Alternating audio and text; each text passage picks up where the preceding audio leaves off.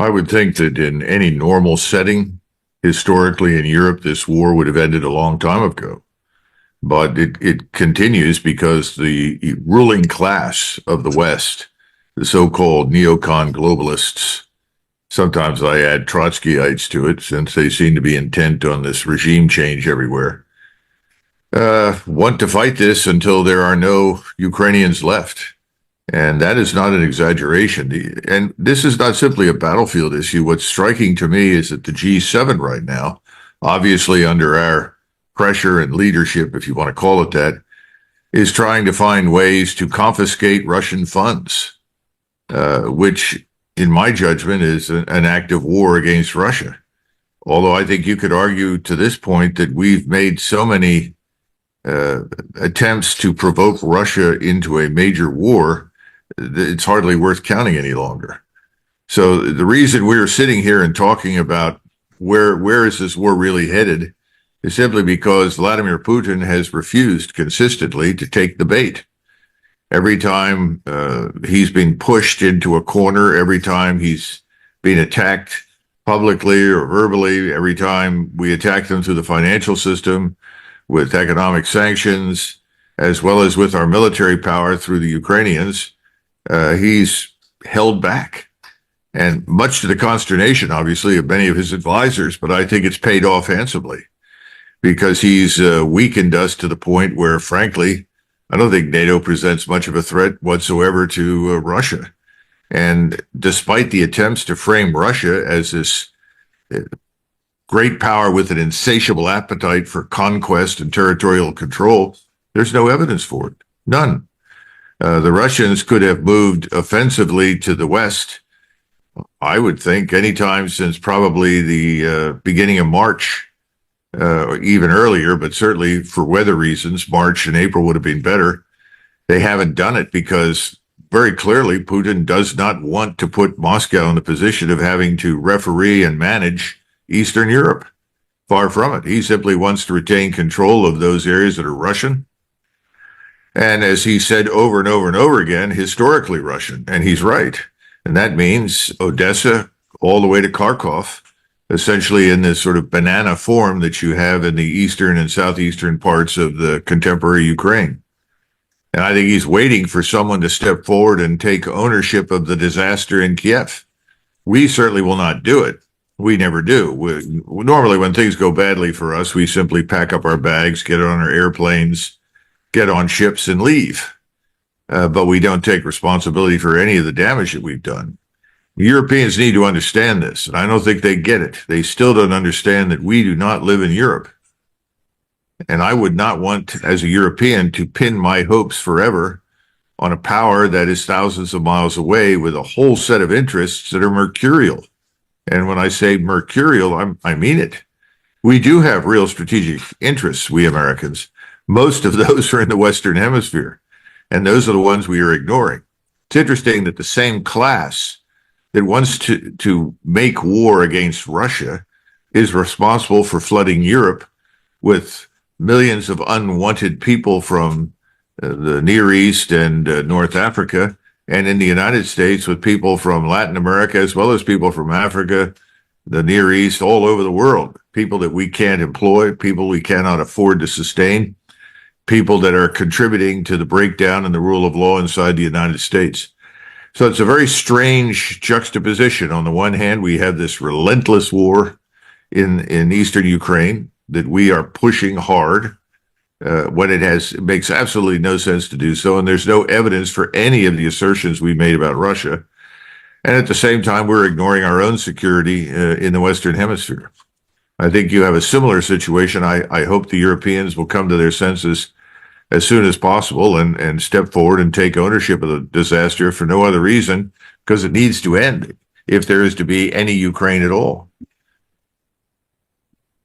Yeah, well, you allude to this duality of the way Russia's referred to in the Western media, because either it's almost collapsing or it's about to conquer the world. So it's always not either or, but sometimes it's both of these extremes at the same time. So it appears to overcome this period of Russia is hopelessly backwards and failing, and now we're speaking of, whether or not Russia will conquer all of Ukraine and then go after NATO. So it's again, we dialed it to the other end now, but it doesn't seem that Europe is wanting to bring this to an end, because the rhetoric from Germany now suggests that if the United States is not going to send more weapons, then they have to increase it. And I hear the same rhetoric from other European countries as well. So I'm not sure if that's possible to replace the United States militarily, but I was curious how you see the fronts are shifting now, because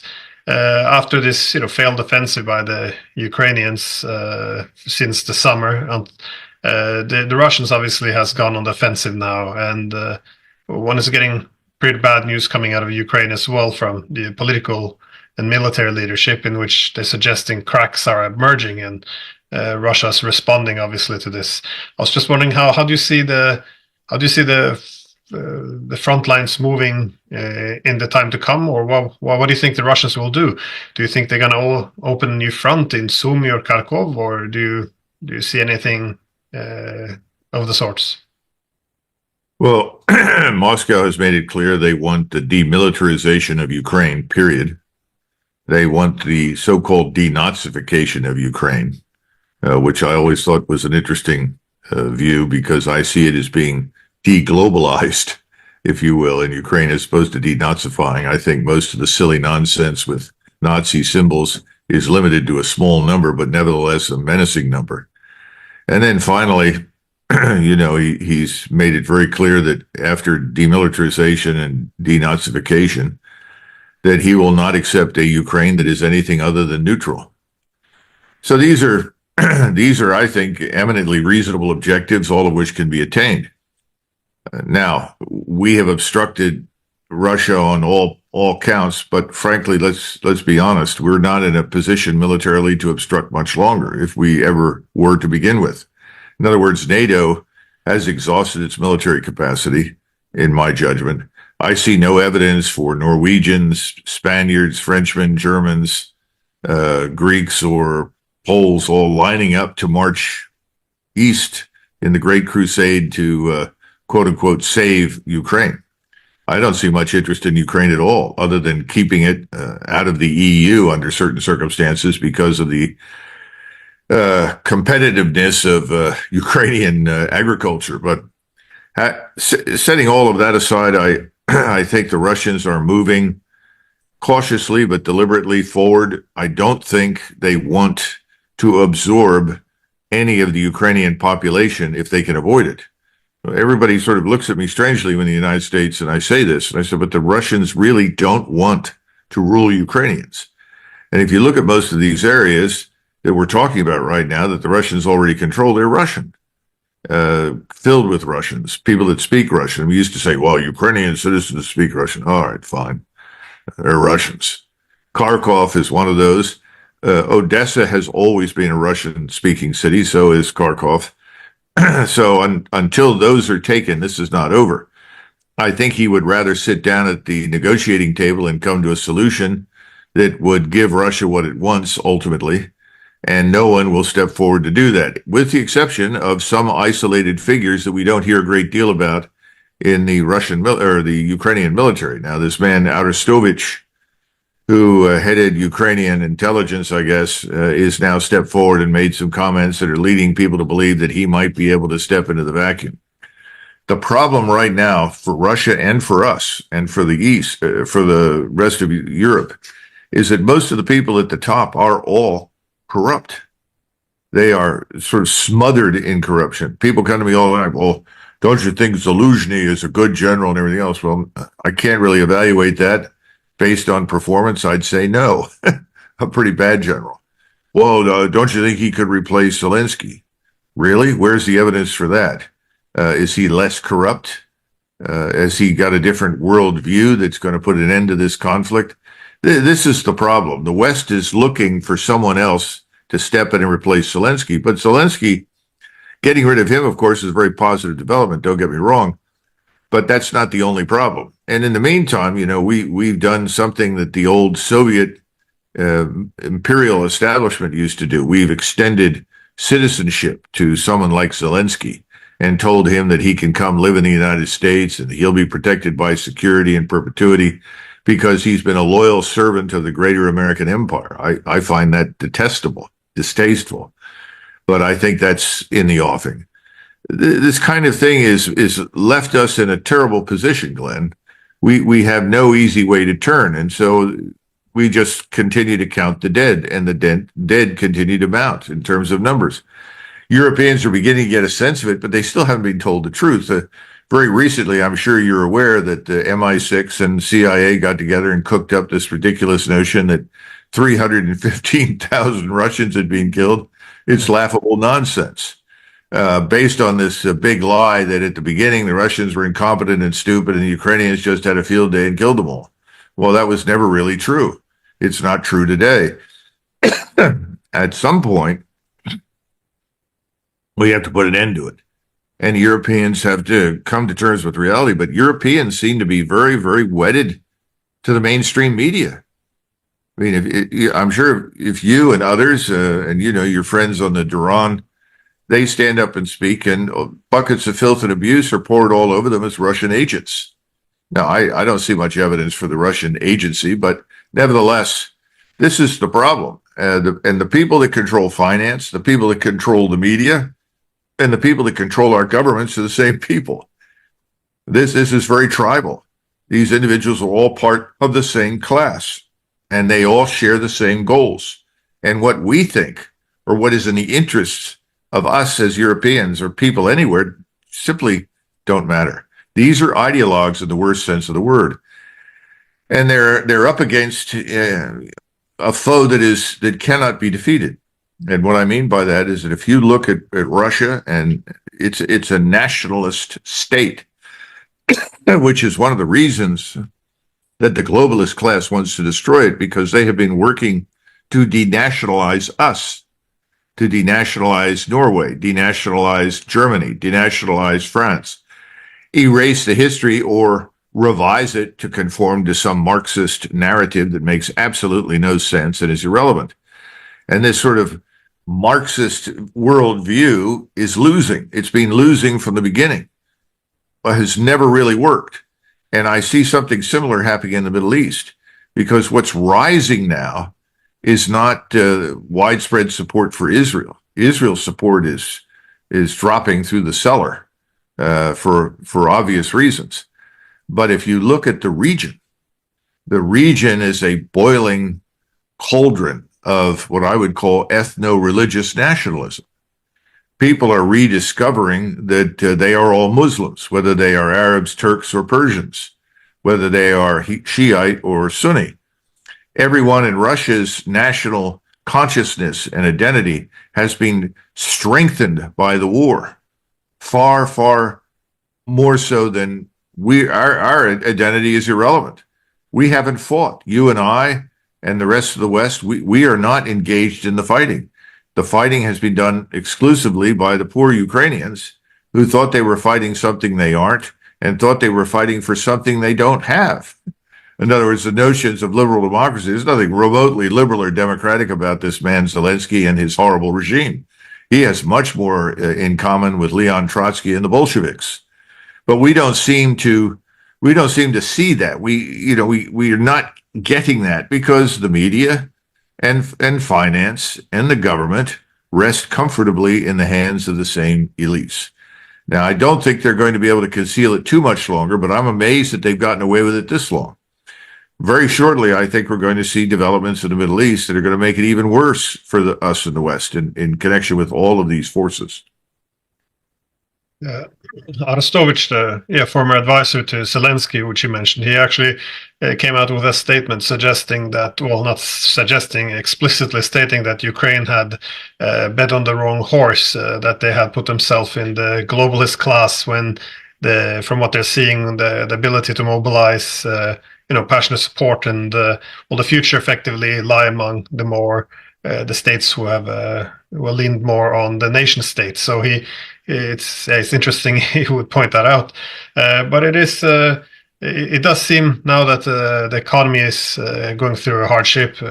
They don't have the same access to weapons. They can't get enough manpower. I mean, they're mobilizing women now and minors and everything, but this translates into very unreliable forces. So you have more people surrendering, more people withdrawing, and I'm just curious. Everyone seems now to acknowledge that either it's stalemate or, more realistically, Ukraine is losing. So everyone's reporting on this every day. They're losing more territory, and their situation becoming worse. So I don't understand completely the situation in Washington now. Once one strategic territory is lost, and there's no way to reverse it. This is not the time you want to sit down and talk.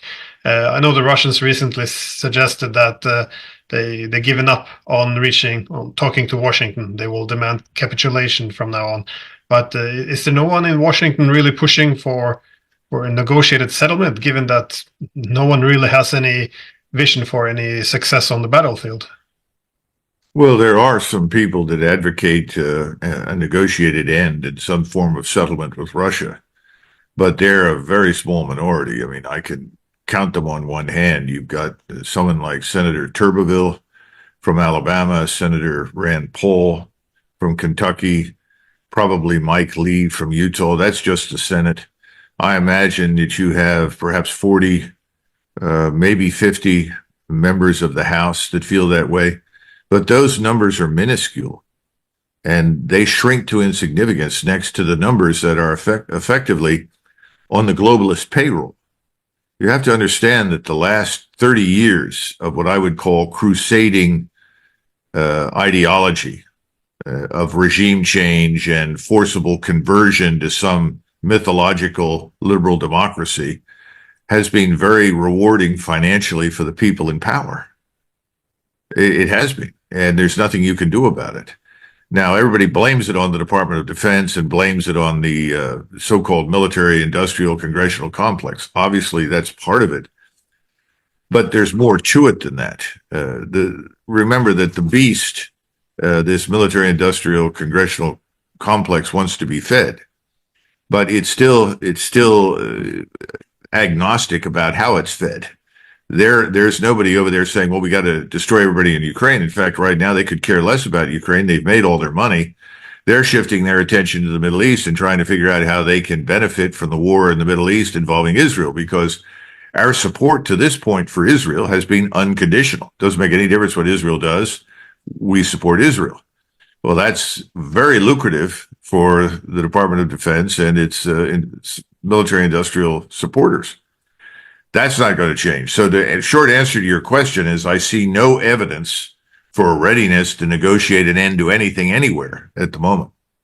Now, that could change depending upon the setbacks in the Middle East in particular. And I think those are coming. In fact, I think they've already begun, because this small state of Israel has bitten off a huge chunk of its problem and is now choking on that chunk. And that's called Gaza. And Gaza, of course, is a modest feature of the problem in Israeli geostrategic landscape. Hezbollah to the north of Israel makes Hamas look like the volunteer fire department. So, I mean, and then you have the entire region that is now coalescing, as I pointed out, in this ethno-nationalist environment. And I think that's a combination that cannot be beaten. Same thing is true in Russia. Mr. Putin will have to make a decision at some point. He'll have to say, look, we've waited long enough.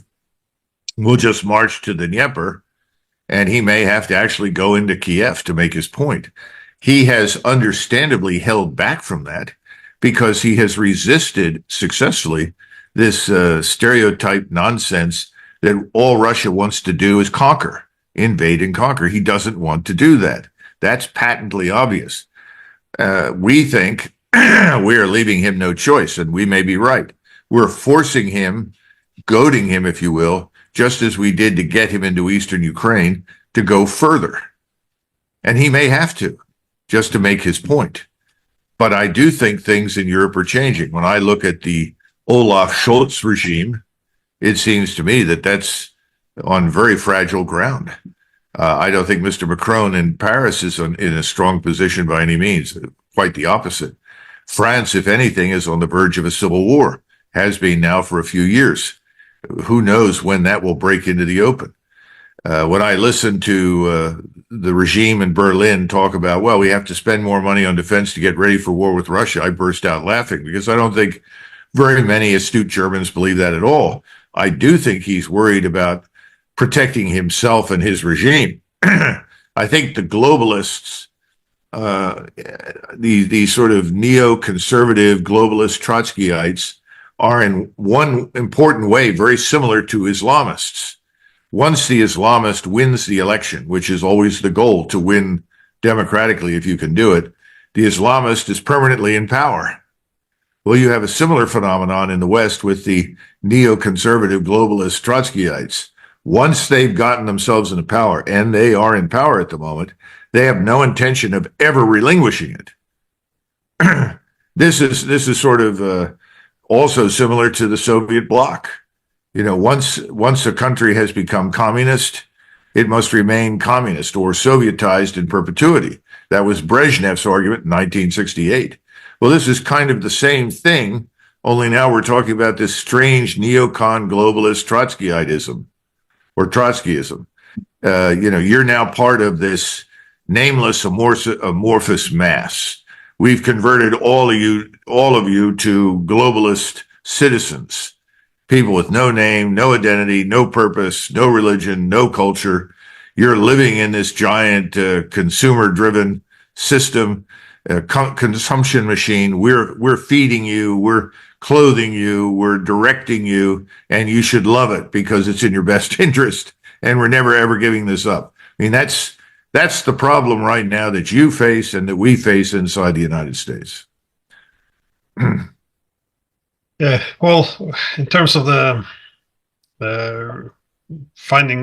reaching a settlement, it's quite extraordinary that even as Ukraine's losing, we still don't even warm up to negotiations by talking about neutrality. I noticed it's become quite extreme in that sense that we're only increasing the rhetoric. But I want to return very quickly to Israel because you previously mentioned you think this is going to spiral out of control and into a regional war, and it seems like we have two pathways now.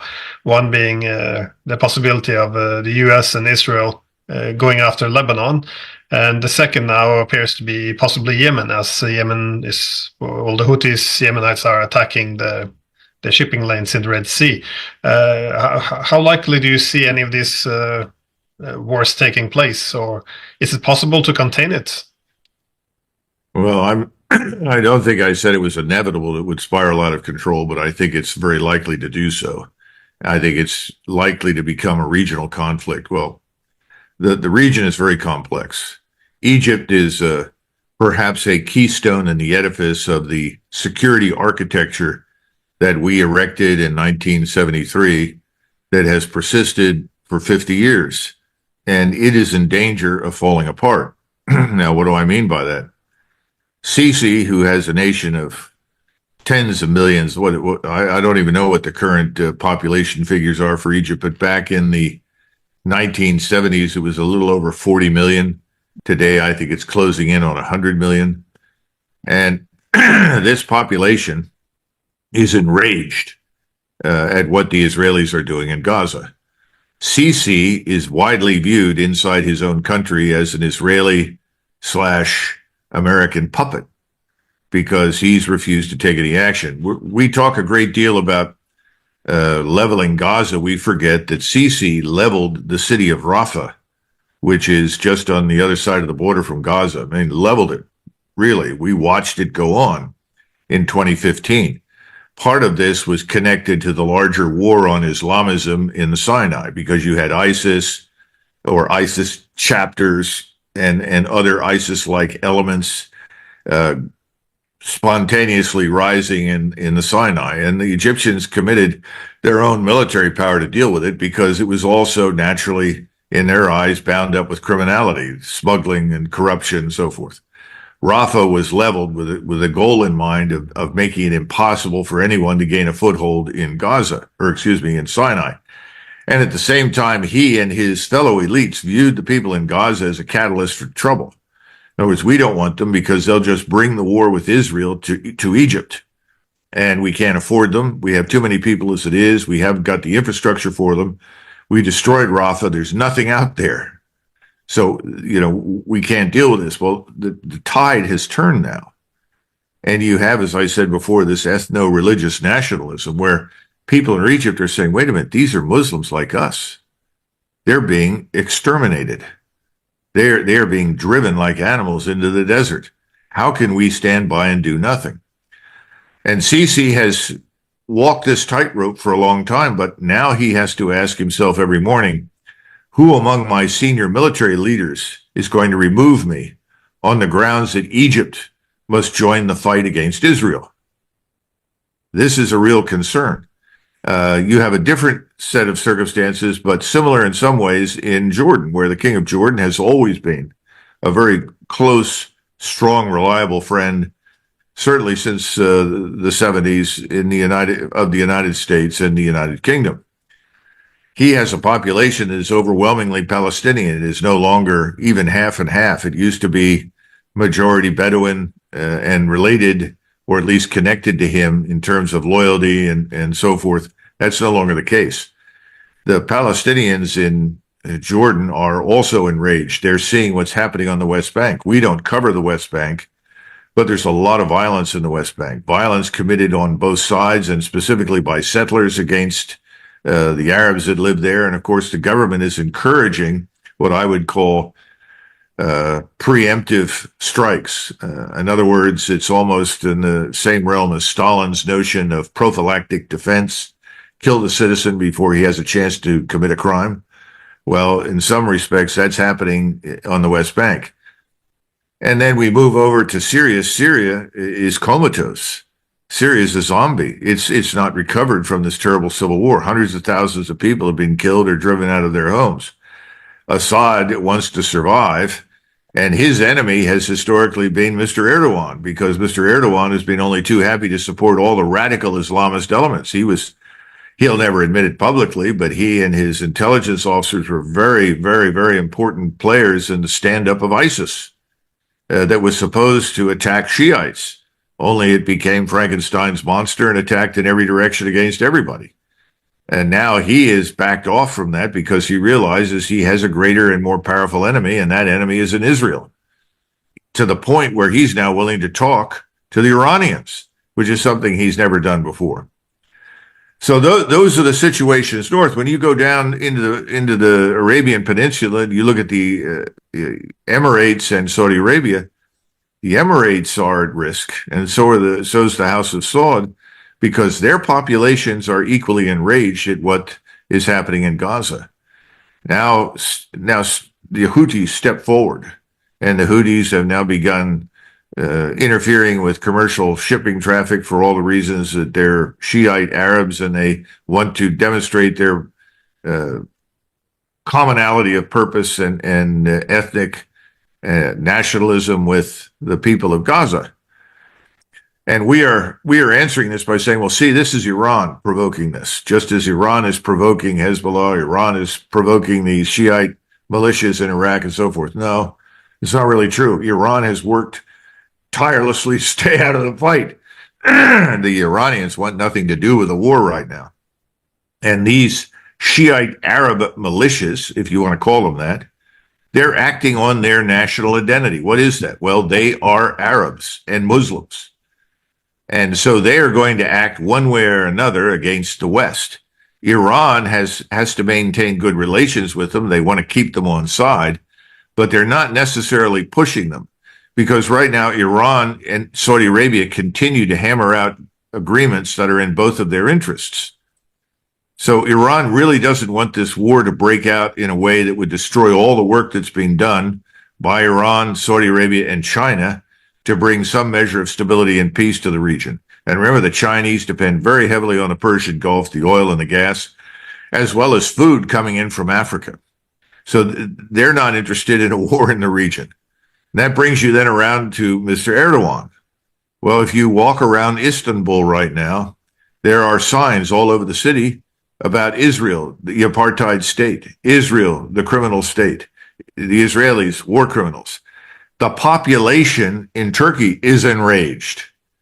So Mr. Erdogan, who is being very comfortable posturing as what I would call a neo-Ottoman nationalist, now suddenly has a tiger in his tank, so to say. He's got a tiger that he's holding on to it. And at some point, he's going to have to decide what to do with the tiger because he doesn't want the tiger to eat him. So I think I would say that all of these regimes, to one extent or another, are all riding their own version of a tiger. And they're trying to figure out how to keep the tiger from getting out of control. I think the tiger is going to get out of control. Because you're talking about feudal states in terms of political development and modernization in the peninsula and the Persian Gulf. And all of those places, the leadership can be very rapidly replaced by new leadership. I mean, relatives may step forward and say, you know, I'll lead the crusade. At some point, they're all going to be driven to that outcome. And then here we sit, and we remain Israel's only real friend. And we're sitting offshore, and we're prepared to help them. I mean, we've flown and shipped in enormous quantities of ammunition and weapons, technology the Israelis need. And we're saying, please, please try not to kill civilians. And the numbers of civilians keep dying in greater and greater numbers. I mean, the increase is unending. So we want this to end, but we're paralyzed because Mr. Netanyahu and his supporters in the United States have purchased the Senate and the House and the White House. And they have powerful backers, billionaires who have provided plenty of money for a long period of time to ensure that the United States will provide unconditional support to Israel. So what's going to happen here in the United States, I think, is that there's going to be a groundswell of people, mostly younger people, that are going to step up. It may end up looking like 69, 70, 71 in the United States during the Vietnam War, where people say, no more. We will not be a party to this. But the people on the Hill are still very comfortable receiving their benefits from supporting Israel unconditionally. So anybody who says, what happens next? Look at that puzzle. Now, if we attack the Houthis have made it clear they will destroy the oil refineries and the oil drilling platforms all over Saudi Arabia and the Emirates. And people say, oh, well, that can't be done. No, it can be done. These are all very vulnerable installations. You don't even need to destroy all of them. If you destroy a portion, you're going to make a huge dent in the economic stability of the West and potentially China. And the Saudis are the ones now, even though they have been blood enemies of the Houthis, saying, please, please, don't push the Houthis. We don't want this. We want to get on with Iran. We want to get on with the rest of the world. And if you push the Houthis, it could destabilize us. Yeah, it could very definitely destabilize Saudi Arabia.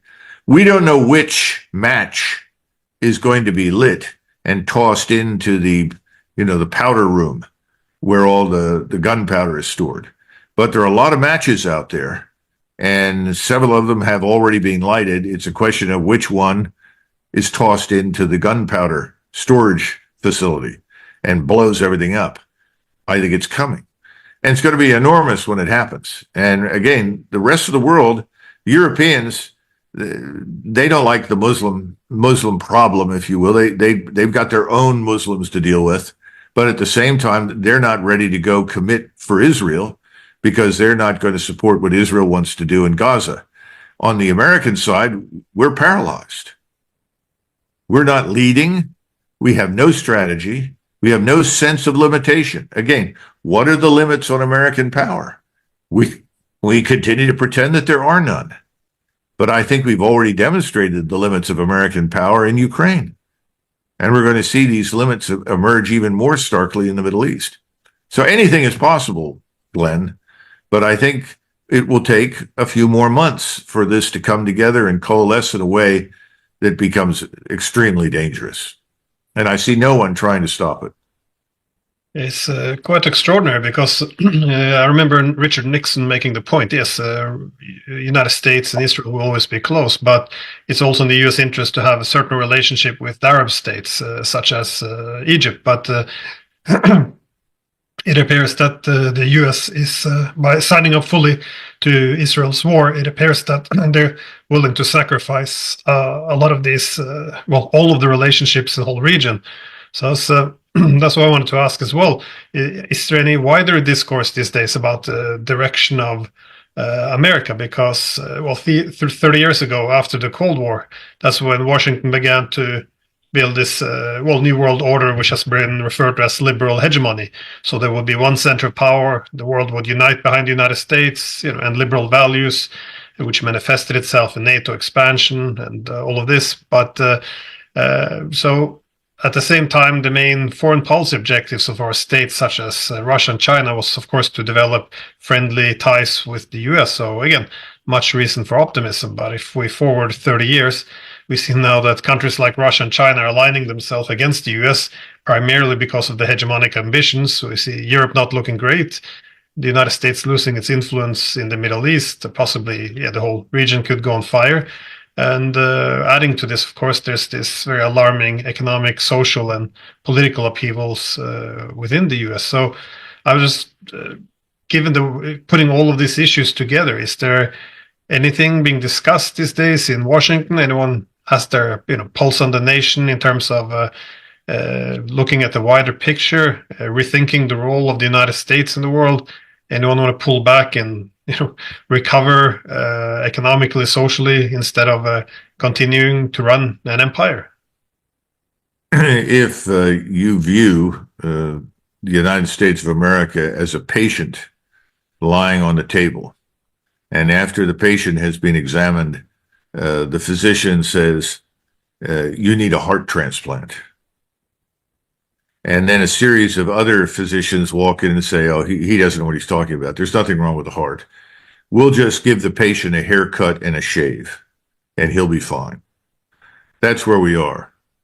Everyone wants to give us a haircut and a shave. No one wants to admit that the heart itself, the heart of America, is in great danger. And we need either a transplant, I think we need a transplant, or some very serious heart medicine.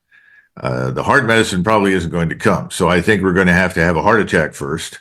And then somebody will say, guess we were wrong. We're going to have major surgery. That's what I keep trying to tell people in Europe. I've told my friends in Israel this. I've told everyone who will listen.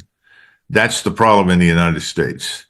You think that we are perpetually powerful. You think that nothing has changed since 1991. You think the American brand is invulnerable, invincible forever. You are wrong.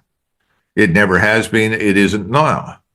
And Americans are beginning to figure out they need a transplant. But still, too many Americans are really watching football and trying to find out what's happened in Taylor Swift's love life. I mean, literally. Sometimes people talk about bread and circuses in ancient Rome. Well, if we are in any way like the Romans, we're very absorbed with our attention, at any rate, is absorbed by bread and circuses. That's our problem. Now, that won't last because I think we're headed into very difficult financial times. I've long expected our financial system to implode. But again, no one believes that. It doesn't matter if you talk to Nassim Taleb, if you haven't interviewed him, you should. And he will talk about the looming Armageddon. He will tell you that there's a pond out there with lots of black swans. They're all going to take off. Which one goes first is anybody's guess, but it's going to happen. Talk to Alistair MacLeod, who writes prolifically on the same subject and talks about the Russians very cleverly going increasingly in the direction of gold-backed currency and bringing China, India, and eventually the BRICS into that system. We can't do that for various reasons. That would destroy our monetary system. Even though we've effectively destroyed it ourselves, we can't go to the gold-backed approach. So I don't know what we're going to do in the West. But the point is, if you take those people on one side and you look at the realities, we can't recruit for the armed forces, not because Americans don't want to fight, but why would you, as an American citizen, want to join the United States Army if someone stood up and said, well, we'll just bring in all these illegals over here that just walked over the border a few months ago and they'll sign up. We'll put them in the U.S. Army. That's what people are hearing and seeing. Suddenly Americans look at the Army and it's full of foreigners. These are faces that they've never seen before. They're wondering, how the hell did they get there? suddenly your recruiting base, the people you depend upon who fought all your wars, a lot of people like me are saying, no, thanks. I don't want to be in that organization. It's not just because of the stupidity and failures of the last 21 years. There have been serious demographic changes in this country. So you put all of that together, we'll inevitably get a heart transplant, but I think the patient is going to have a serious heart attack first. It's coming. And you can already see the outlines of it. Even the dumbest people on the Hill have figured out we can't afford Ukraine anymore. Of course, the amount of money we save by dumping Ukraine is minuscule. It's not going to divert us off the path of crisis and disaster.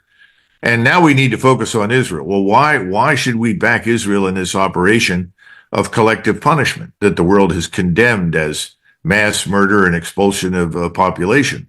Well, we need to support it. The Israelis are good. The people they're dealing with are bad. Well, what do you mean bad? Well, they're anti-Israeli, like everybody else in the region, right?